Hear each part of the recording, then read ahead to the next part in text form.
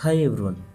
ఈరోజు మనం ప్రయాణించబోతున్నది ఆంధ్రప్రదేశ్లోని ఒక అద్భుతమైన ప్రకృతి సంపద వైపు. కాకినాడకు సమీపంలో ఉన్న కొరింగా వైల్డ్ లైఫ్ శాంక్చురీ భారతదేశంలోనే రెండవ అతిపెద్ద మడ అడవుల ప్రాంతం. ఇక్కడ నదులు, సముద్రం, అడవులు కలిసిపోయి ఒక ప్రత్యేకమైన జీవనారణ్యాన్ని సృష్టించాయి. వేలాది పక్షులు, అరుదైన జంతువులు, మడ చెట్ల మధ్యలో ఏర్పడిన ప్రకృతి అద్భుతాలు మన కోసం ఎదురుచూస్తున్నాయి. మరి ఆలస్యం ఎందుకు? పదండి, కొరింగా అడవుల అందాలను అన్వేషిద్దాం. మన ప్రయాణం కాకినాడ నుండి మొదలవుతుంది.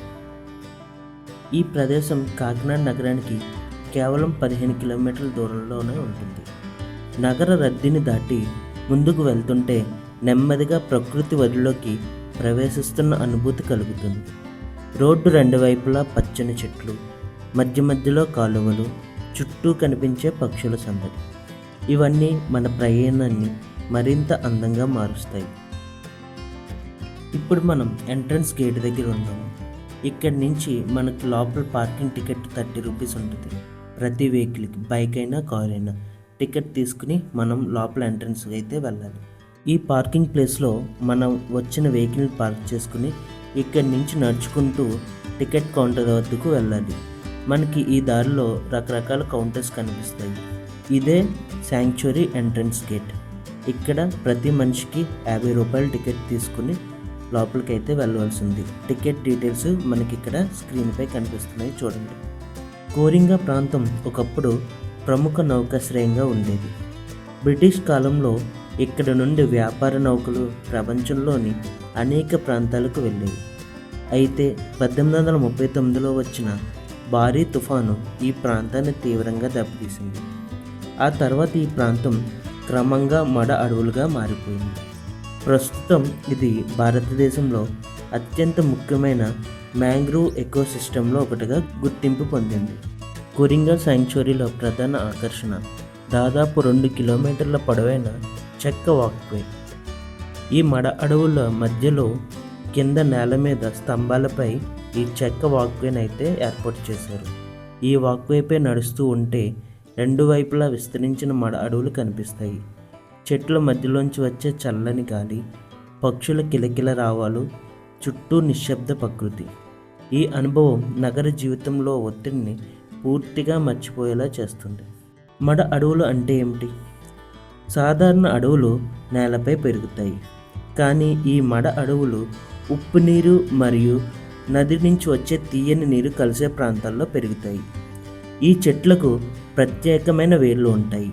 ఆ వేళ్ళు నేలపై నుంచి బయటికి వచ్చి కనిపిస్తూ ఉంటాయి. ఎందుకంటే ఇక్కడి బురద నేలలో ఆక్సిజన్ అనేది చాలా తక్కువగా ఉంటుంది. చెట్లు బతకడానికి వేళ్ళ నుండి ఆక్సిజన్ అయితే తీసుకుంటాయి. అందుకే ఈ వేళ్ళు భూమి నుంచి పైకి వచ్చి గాలిలో ఉన్న ఆక్సిజన్ తీసుకుని అవి పెరగడానికి ఉపయోగపడతాయి. అందుకే ఈ చెట్లు ప్రకృతిలో అత్యంత ప్రత్యేకమైన జీవరాశులలో ఒకటిగా పరిగణించబడతాయి. ఇలా నడుచుకుంటూ మనం బోటింగ్ పాయింట్కి అయితే రీచ్ అయ్యాం. ఈ బోటింగ్ పాయింట్ దగ్గర ఉన్న వాచ్ టవర్ ఎక్కితే కొరింగా అడవుల అసలైన వైభవం కనిపిస్తుంది. ఎక్కడ చూసినా పచ్చని మడ అడవులు, మధ్యలో ప్రవహిస్తున్న నీటి కాలువలు, దూరంలో కనిపించే బంగాళాఖాతం. ఈ దృశ్యం నిజంగా అద్భుతంగా ఉంటుంది. ప్రజెంట్ డ్రోన్ షాట్ అయితే తీసాను, దాన్ని చూసి ఎంజాయ్ చేయండి.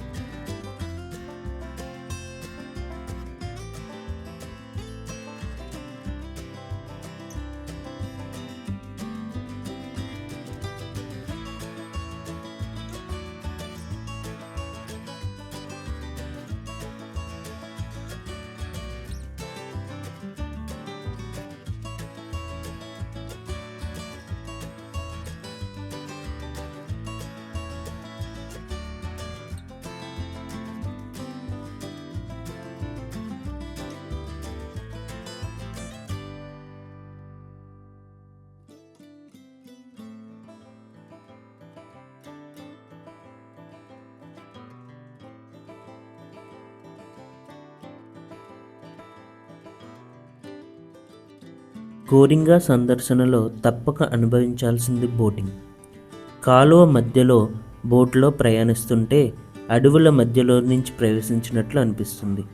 చెట్లు వేర్లు నీటిలోకి విస్తరించి ఉండడం, పక్షులు ఎగురుతూ కనిపించడం, ప్రకృతి యొక్క అసలు అందాన్ని దగ్గరగా చూసే అవకాశం ఇక్కడ లభిస్తుంది. మనకి బోటింగ్ అనేది 2 లెవెల్స్లో ఉంటుంది. ఒకటి స్పీడ్ బోటింగ్, మరొకటి normal boating. Normal boating per head 100 rupees అయితే ఛార్జ్ చేస్తారు, కానీ మినిమం 12 మెంబర్స్ ఉండాలి. స్పీడ్ బోటింగ్ అయితే మనం చూస్ చేసుకున్న డిస్టెన్స్ని బట్టి 200 నుంచి 600 వరకు ఛార్జ్ చేస్తారు, కానీ దానికి మినిమం 4 మెంబర్స్ అయితే ఉండాల్సి ఉంటుంది. కోరింగా పక్షి ప్రేమికులకు ఒక స్వర్గం లాంటిది. ప్రతి సంవత్సరం వేలాది వలస పక్షులు ఇక్కడికి వస్తాయి. ఎగ్రెట్స్, హెరాన్స్, కింగ్ ఫిషర్స్, ఫ్లామింగోలు, బ్లాక్ ఐబిస్ ఇలా ఇంకా ఎన్నో రకాల పక్షులు ఇక్కడే చూడవచ్చు.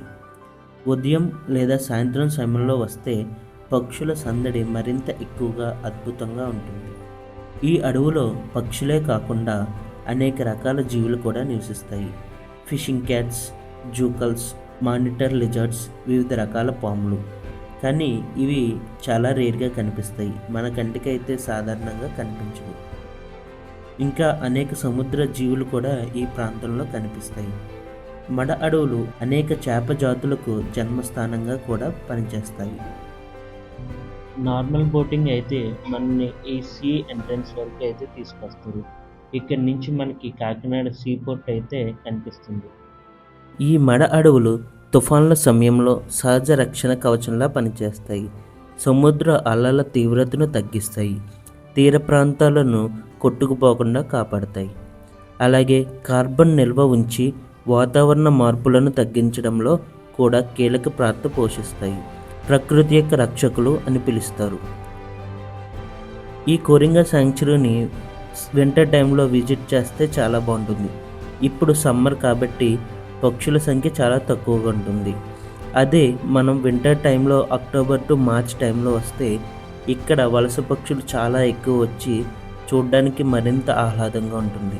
ఆ టైంలో బోటింగ్ కూడా చాలా బాగుంటుంది. ప్రకృతి ప్రేమికులు, పక్షి ప్రేమికులు, ఫోటోగ్రాఫర్లు, ట్రావెల్ ఎక్స్ప్లోరర్లు ప్రతి ఒక్కరూ జీవితంలో ఒక్కసారైనా తప్పకుండా సందర్శించాల్సిన ప్రదేశం కోరింగా వైల్డ్ లైఫ్ శాంక్చురీ. ఇది కేవలం అడవి కాదు, ప్రకృతి, జీవ వైవిధ్యం మరియు పర్యావరణ పరిరక్షణకు ప్రతీక. మీకు ఈ వీడియో నచ్చితే లైక్ చేయండి, మీ అభిప్రాయాన్ని కామెంట్ చేయండి. ఇలాంటి మరిన్ని ట్రావెల్ డాక్యుమెంటరీల కోసం మా ఛానల్ని సబ్స్క్రైబ్ చేయండి. మరో అద్భుతమైన ప్రదేశంతో కలుద్దాం. అంతవరకు బాయ్.